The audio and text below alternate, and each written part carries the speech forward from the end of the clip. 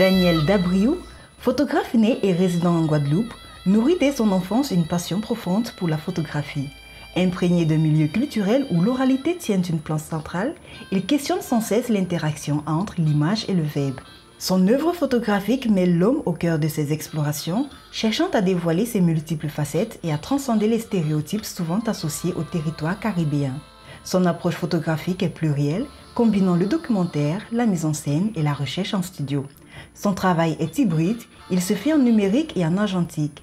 Depuis les années 2010, il présente son travail lors de diverses manifestations culturelles et d'expositions collectives ou personnelles en Guadeloupe, dans la Caraïbe et en France hexagonale. En plus de sa pratique personnelle, il est régulièrement intervenu comme enseignant en photographie en classe préparatoire aux écoles d'art.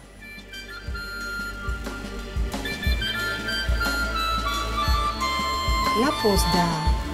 Bon, durant ce podcast, vous écouterez des fois des bruits un peu parasites parce que nous sommes dans un milieu où il y a des travaux qui se font. Et je suis avec Daniel, nous sommes dans son studio photo qui s'appelle le studio Daniel Dabriou. Et nous sommes très heureux, en fait je suis très heureux d'être avec lui ici. Il a été au Cameroun il y a peu de temps, mais nous n'avons pas pu malheureusement se rencontrer. Nous sommes à Pointe-à-Pitre chez lui. Bonjour Daniel. Bonjour Yvon. Très heureux de t'accueillir dans mon univers de travail en particulier. Le plaisir est partagé. Et nous ici on commence généralement par une question très simple, mais la plus importante peut-être dans ce que nous sommes en tant qu'artistes, c'est de savoir comment toi tu es arrivé à l'art. Je suis arrivé à l'art après être arrivé à la photo. La photo étant pour moi l'art principal que j'ai pratiqué. Après, j'ai fait aussi de la peinture et du dessin. Mais ça, c'était souvent en ajout de la photo. Parce que parfois, je photographie de façon différente. Je photographie en studio ou sur des choses que je vais mettre en scène. Donc, je fais des croquis avant de photographier ou histoire de bien caler mon idée. Et je fais de la photographie qui est de la photographie purement documentaire. Donc là, je vais vraiment traiter un sujet en sortant, en voyant comment les gens évoluent dans l'univers que je veux photographier. Donc la photo pour moi était un moyen de voyage. C'est ce que j'ai rencontré quand j'étais jeune. Quand je prenais un livre de géographie, je ne voyageais pas avec les textes qu'il y avait dedans, avec les images des lieux qui étaient représentés. Quand je prenais un livre d'histoire, mais qui était suffisamment contemporain pour qu'il y ait des images, et le texte était un apport supplémentaire. C'était un apport complémentaire à ce que je pouvais vivre et à comment je pouvais découvrir le monde à travers les photographies. Et concrètement, j'ai découvert la photo à travers ma mère qui, elle, aimait bien photographier, même si on était issu d'une famille relativement modeste, et qui photographiait avec un estamatique de chez Kodak. Elle râlait régulièrement parce qu'elle trouvait que ses photos n'étaient pas bien faites, n'étaient pas ceci, n'étaient pas cela. Et après, au collège, j'ai découvert la photo de façon un peu plus sérieuse, un peu plus structurée, avec le club photo du collège Carnot où j'étais. Et c'est comme ça que j'ai vraiment commencé à pratiquer. Mon premier appareil photo dont j'étais vraiment propriétaire, je l'ai eu, j'étais en première ou en terminale. D'accord. C'était quelle marque? C'était un Nikon FE. Argentique, avec un 50. Ouais. Ah oui, argentique. Un Nikon FE, on était dans les années 80, Nikon FE et un 50 mm. Et j'ai pendant des années photographié qu'avec ça. C'est incroyable. C'est incroyable. Je l'ai perdu parce qu'on me l'a volé. Voilà. Mais sinon, je pense que je l'aurais encore aujourd'hui. Est-ce que dans ton parcours académique, tu as étudié la photographie ou tu l'as développée en autodidacte, en allant Alors, ce mixte entre les études et l'autodidacte. Parce que je voulais faire du photojournalisme, donc j'ai travaillé pour entrer dans une école de journalisme. J'ai raté mon concours d'entrée. Mais j'ai fait de l'économie et de l'anglais pour préparer ce concours. Et en parallèle, je faisais des stages dans des écoles de photo à l'époque où j'étais en France. Donc je faisais des stages qui s'accumulaient. Donc c'est ce qui venait rajouter à ma pratique autodidacte une formation. Et il y a quelques années de ça, j'ai fait un stage relativement long à Arles pour préparer un DNSP en photographie. Donc, parce que je voulais comprendre comment fonctionnait la photographie contemporaine. Ça remonte aux années 2014-2015, hein. Donc c'est relativement récent pour comprendre comment ça fonctionnait, comment l'Occident regardait le monde à travers la photographie. Parce que c'était pas toujours ce que moi je voyais ou ce que je voyais dans mon environnement caribéen. En quoi est-ce important de comprendre ce monde-là alors que toi, tu avais déjà une pratique assez assumée dans ton travail? Parce que malheureusement, ils donnent le là. Ils ont donné le là pendant très longtemps. Donc il faut comprendre pourquoi est-ce que d'autres personnes comme nous ont suivi ce là et pas un autre là. Il y a des gens qui ont fait autre chose parce qu'ils ont eu la possibilité, par exemple en Afrique, vivant dans un continent avec des réalités qui sont différentes des réalités occidentales, même si l'Occident s'est étalé partout dans le monde et a voulu imposer sa façon de regarder. Moi, j'avais besoin de comprendre comment ils regardaient, pas pour faire comme eux, mais pour savoir certaines fois comment utiliser leur cadre pour mettre mon image dans leur cadre. C'est-à-dire mon image est ce qu'elle est et leur cadre est le miroir aux alouettes qui contraint l'occidental à regarder mon image.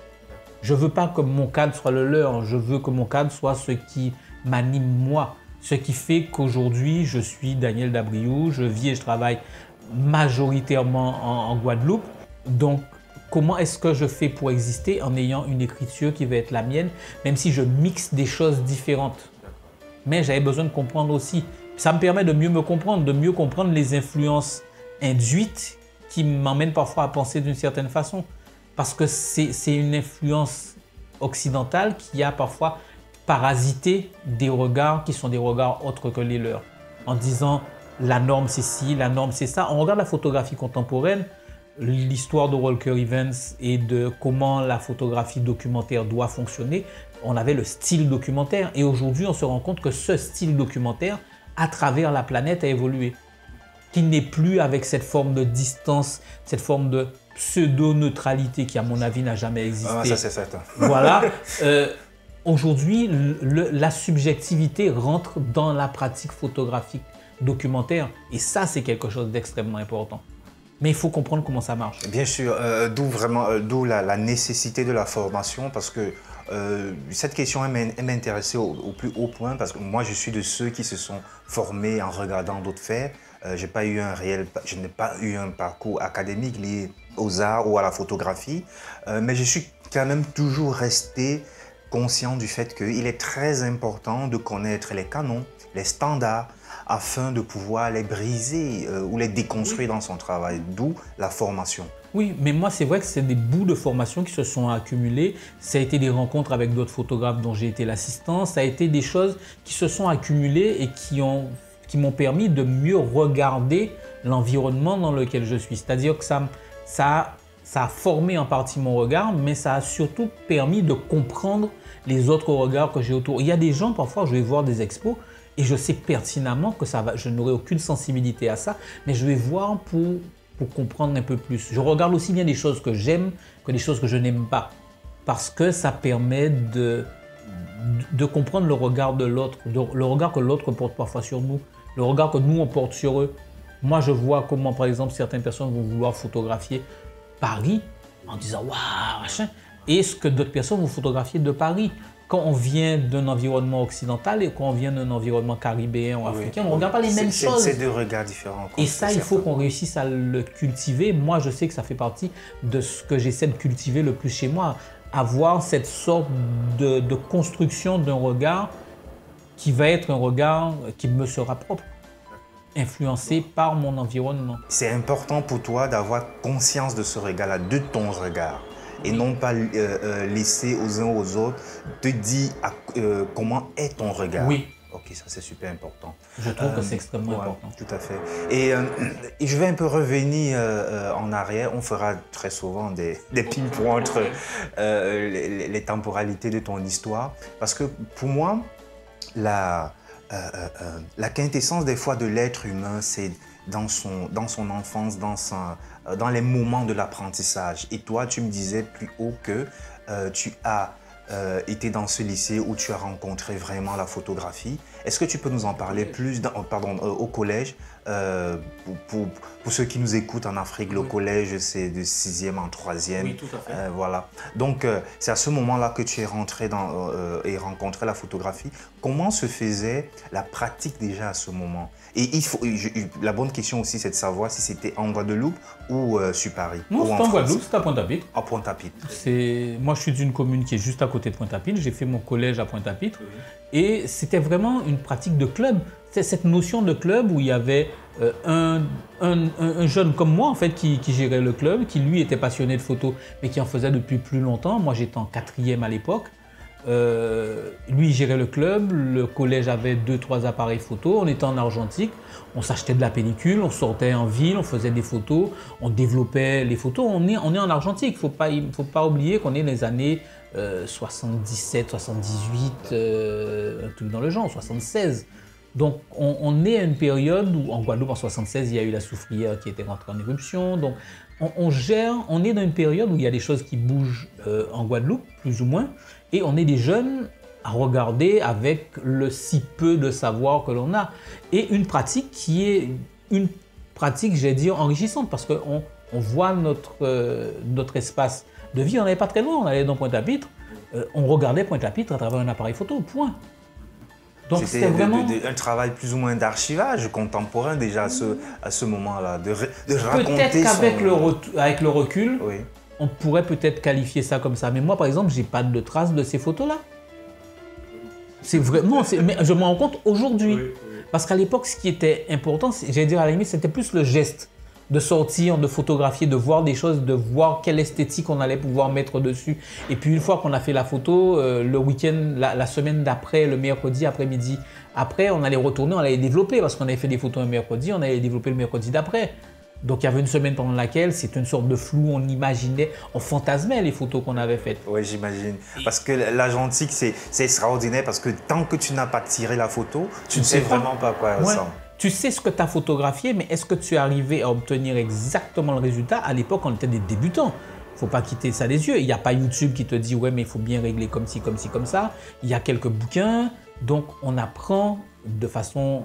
Mais comment justement on apprend à ce moment-là? Comment tu as appris à ce moment? Okay. On apprend avec des livres, des sortes de bible de la photographie. On te dit, ouais, la photo animalière, ça se fait comme ça. La photographie argentique, c'est ça dans le développement. Quand on expose comme ci, on a un résultat qui sera plus là. On apprend des choses qu'aujourd'hui, on a sur YouTube de développer. Sauf que là, il faut tourner les pages du livre et il faut voir à quel moment ça s'applique. Donc, on mémorise des choses que l'on a apprises. On ne se balade pas avec le livre dans la rue. Donc, on a mémorisé un certain nombre de choses et on va les mettre en pratique.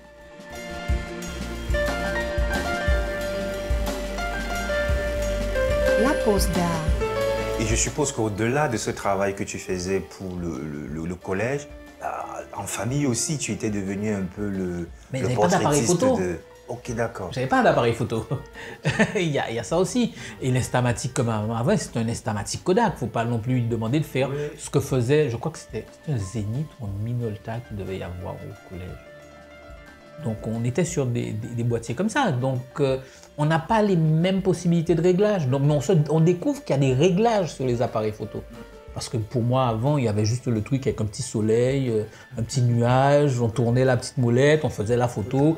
Il y avait encore les flashs qui étaient sur 4 côtés, donc on mettait le flash, on le faisait tourner, on avait une sorte d'éclair incandescent, on tournait le truc pour avoir un éclair de flash. Donc c'était une autre époque. C'était une autre époque. À quel moment, toi, tu situes l'instant où tu t'es dit, moi, je veux être photographe? Comment c'est arrivé ce moment-là? Je crois que c'est l'époque du lycée. L'époque où on choisit des orientations. On se dit, moi je me suis dit, je vais être photographe reporter. Je rêvais de faire du reportage de guerre, machin. Mais je me suis calmé vite. Je suis vite calmé. Faut pas se faire d'illusions sur ça non plus. Mais on se voit en train de voyager parce qu'en fait, c'est là où se rencontrent les choses qui vous ont fait rêver, les images que vous avez vues dans des magazines, dans des livres, dans des ouvrages qui vous ont permis d'apprendre l'économie. Moi, j'ai fait une filière économique, donc j'ai vu le monde à travers des images qui me parlaient d'économie et de société. Donc, je me voyais en train de produire des images comme ça. Et ça me parlait. Mais j'avais besoin de la compréhension, donc j'ai fait un doc d'éco. Donc, ma connaissance en économie me servait à analyser ce que j'avais devant moi. et à comprendre ce monde-là. Et du coup, les parents, comment ils ont réagi quand toi, tu fais justement ce parcours académique en éco et tu... Non, pour eux, c'est tu sais ce que tu veux faire, fais-le. Nous, on n'a pas la capacité de te dire les études sont mieux là ou là. Si tu penses que c'est bien et que ça va te permettre de vivre correctement, fais-le. Là-dessus, je reconnais que j'ai eu des parents géniaux. Mes parents ne sont pas allés longtemps à l'école, mais leur vision de la société et de la vie était relativement large. Pourquoi finalement tu laisses tomber le reportage, en fait, ce désir que tu avais à être reporter de guerre, qu'est-ce qui t'a... Oui, non, c'est 2 défilés que j'ai fait dans Paris, 2 manifestations que j'ai fait dans Paris où les boulons qui passaient lancés avec des trucs, je me suis dit, si c'est avec des boulons, on a ce genre de résultat, parce que je voyais des gens avec des casques et des trucs dans le genre, je me suis dit, il y a un truc qui va pas, je me suis dit, ça, les boulons, ça passe comme ça, les balles, ça va passer autrement, non. C'est de la sauvegarde, c'était de la sauvegarde. L'instinct de suivi a été plus fort. Peut-être la question la plus importante en ce moment, c'est qui les référents quand de ta Guadeloupe. En fait, j'étais en France à l'époque. Ok, d'accord. Ok. Mais quels sont les référents déjà? À l'époque, il y avait quelques photographes qui pesaient très lourd sur le marché. Il y avait Salgado déjà qui était là. Mais à côté de ça, il y avait des photographes de mode parce que j'étais un gros passionné de mode. Il y avait Sheiko Leidemann qui faisait de la mode avec des images colorées extrêmement fortes. On avait des gens comme Louis Omer qui faisaient des trucs qui étaient plutôt sympas. On avait les Cartier-Bresson qui servaient de référence à tout le monde, les Eugène Smith qui servaient de référence à tout le monde sur le photojournalisme. Mais moi, il y a des gens de l'agence Van die Stad qui était une agence de photos de sport.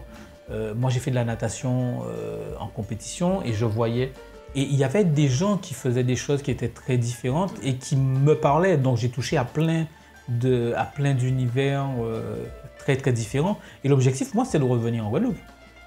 Très rapidement, j'ai voulu revenir ici. Quand je suis revenu, il y avait sur le marché 2-3 photographes qui trustaient le marché, aussi bien en pub qu'en reportage ou des choses comme ça.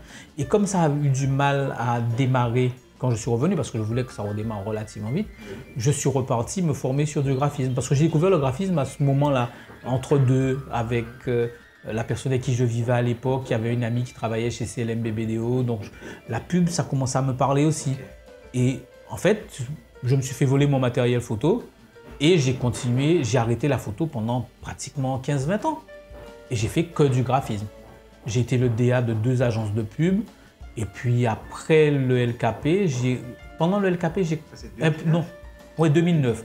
En 2000... Pardon, il faut rappeler que le LKP est une organisation indépendantiste.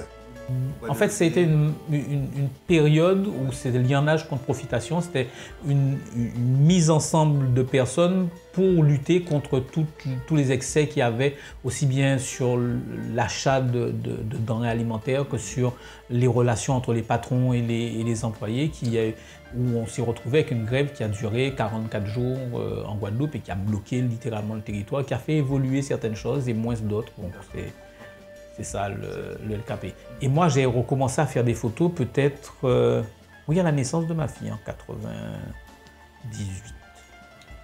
Donc, j'ai recommencé à faire des photos. Vraiment, je me suis racheté du matériel photo à cette période-là. Et après le LKP, j'ai arrêté le graphisme 2-3 ans après pour recommencer à me consacrer qu'à la photographie.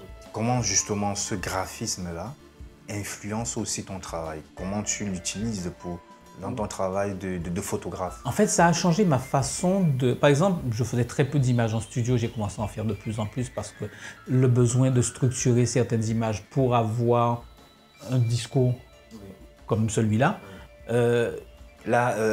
Pardon, Daniel vient de me montrer, parce que les gens qui nous écoutent effectivement ne le voient pas.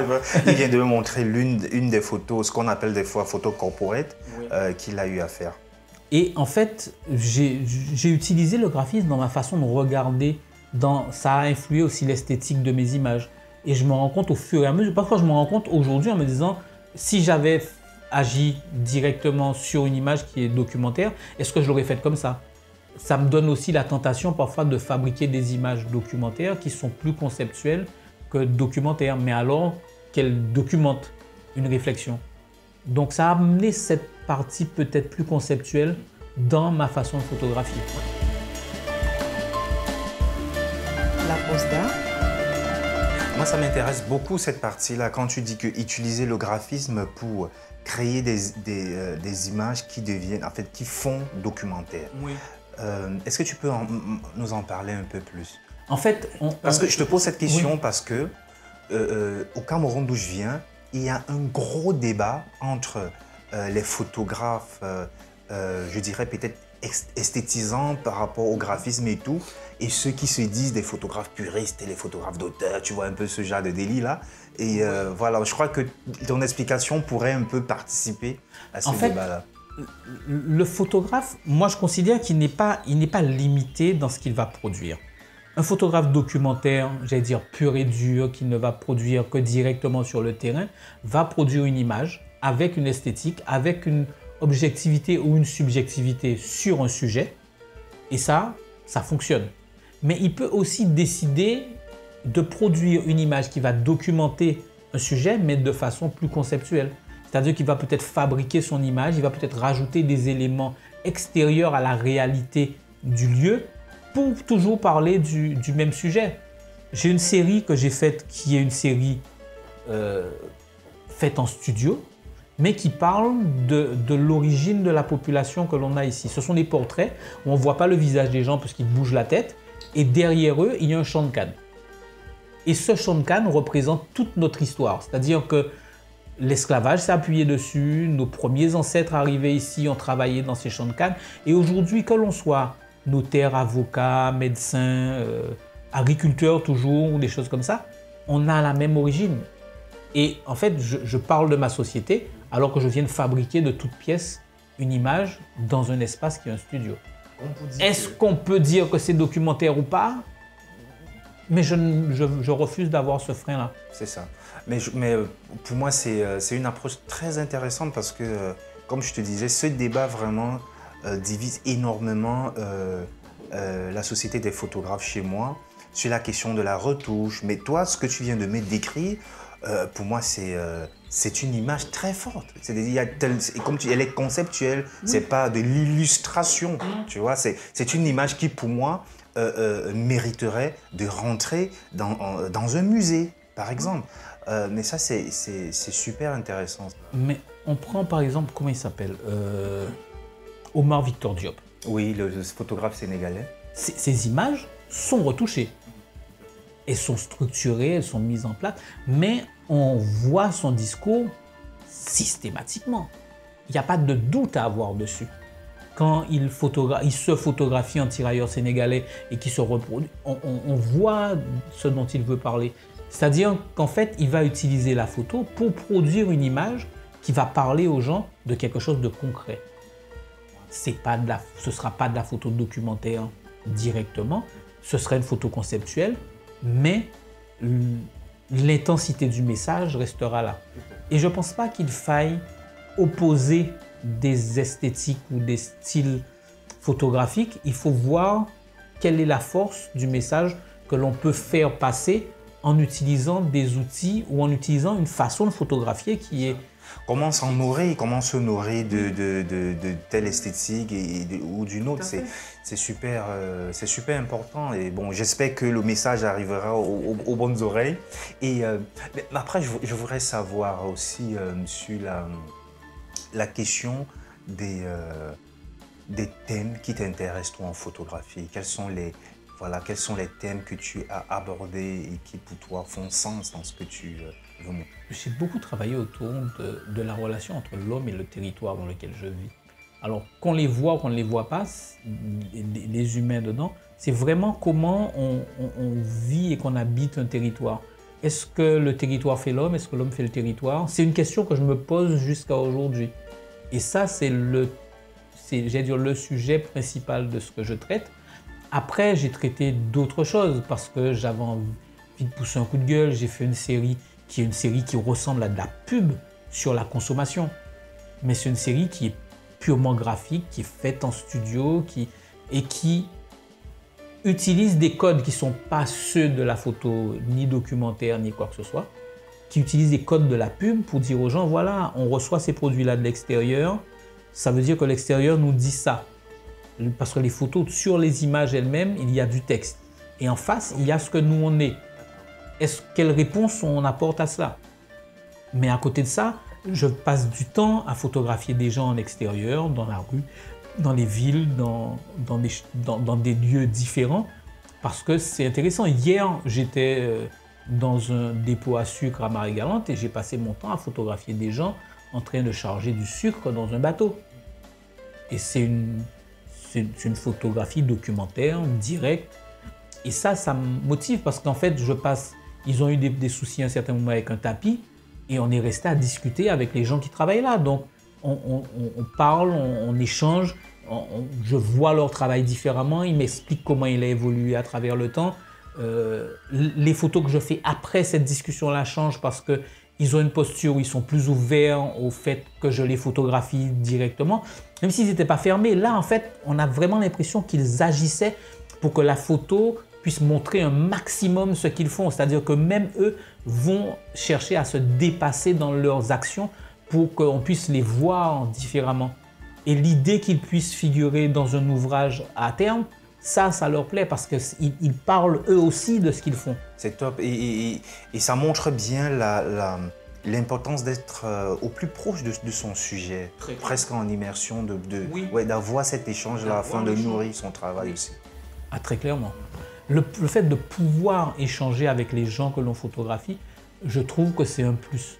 Parce que ça rajoute de la subjectivité, parfois à notre façon de photographier, parfois pas. Mais ça nous permet d'avoir quelque chose de plus intime.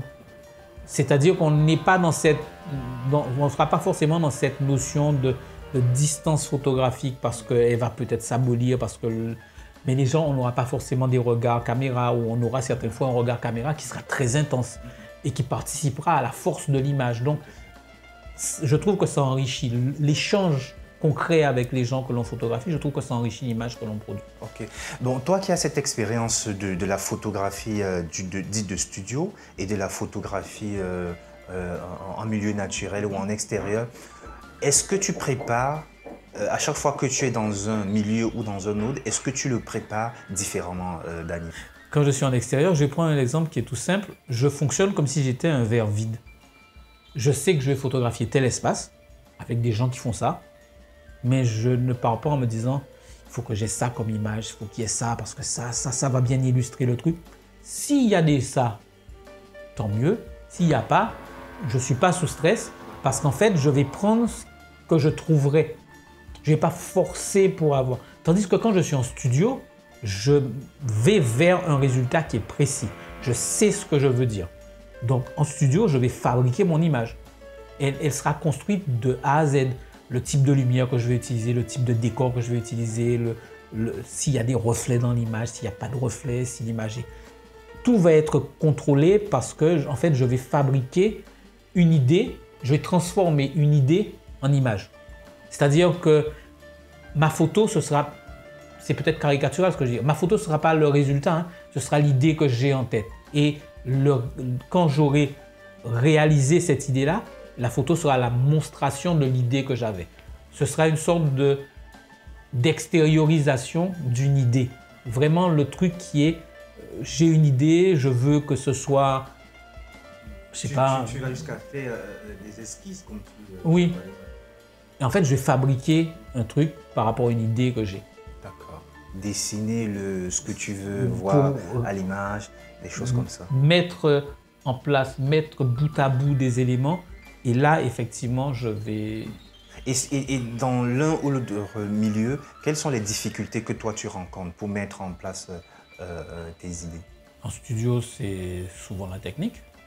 Parce que bon, c'est là où est-ce qu'on a la bonne lumière, est-ce qu'on en a suffisamment, est-ce qu'on a les bons objets, En extérieur, c'est l'environnement dans lequel on va être. Il y a des endroits où on aura du mal à photographier parce que sortir l'appareil photo va être compliqué. Ce qui est inhérent à de la photographie de rue ou à la photographie dans des espaces où il faut que les gens vous acceptent pour que vous fassiez des photos parce qu'il y a des endroits où vous n'allez pas pouvoir faire des photos parce que les gens ne vont pas vous accepter. Donc il va falloir pouvoir générer suffisamment de confiance de part et d'autre pour que vous puissiez faire certaines images. Je voudrais bien savoir, pour toi, quelle est ta démarche ou tes démarches, peut-être nous en parler de quelques-unes, quand tu quittes, comment fais-tu pour quitter de l'idée à la réalisation? Quelles sont les étapes principales? Parce qu'il peut en avoir plusieurs, mais quelles sont celles qui, à ton avis, reviennent toujours dans cette démarche-là pour arriver au produit plus ou moins final? En studio, c'est vraiment de mettre les différents éléments dont on a besoin bout à bout pour aller vers une image finale. C'est la chose, j'allais dire, la plus simple et la plus complexe. Trouver les accessoires, trouver les trucs. Ça, c'est, j'allais dire, c'est presque élémentaire. Une fois qu'on a tout, on les assemble et on fait. Quand on est en extérieur, c'est d'avoir l'esprit suffisamment ouvert pour voir. C'est d'avoir l'esprit suffisamment dégagé d'a priori, de choses où on se dit ils doivent être comme ça, ils vont faire comme ça, il faudrait qu'ils fassent comme ça. C'est-à-dire arriver en étant le plus candide possible pour que l'on voit ce qui se passe. C'est vraiment de voir. Quand je suis en extérieur, quand je fais quelque chose par rapport à l'extérieur, j'essaie d'éliminer tous les a priori que j'ai pour être le plus ouvert possible sur ce que je vais trouver. À suivre donc la pause d'art. Merci à vous d'être si nombreux à nous écouter. Nous vous donnons rendez-vous la semaine prochaine pour aller à la découverte d'une histoire intimement liée à l'art. La pause d'art est une idée d'Yvon Gassam. Voix off, Solange Nembe. Musique, Tumo. Mixage, Ralin Gangmo. Réalisation, Yvon Gassam. La pause d'art est un podcast produit par African Entertainment avec le soutien du laboratoire de théâtre de Yaoundé, Otni et de Satek Records.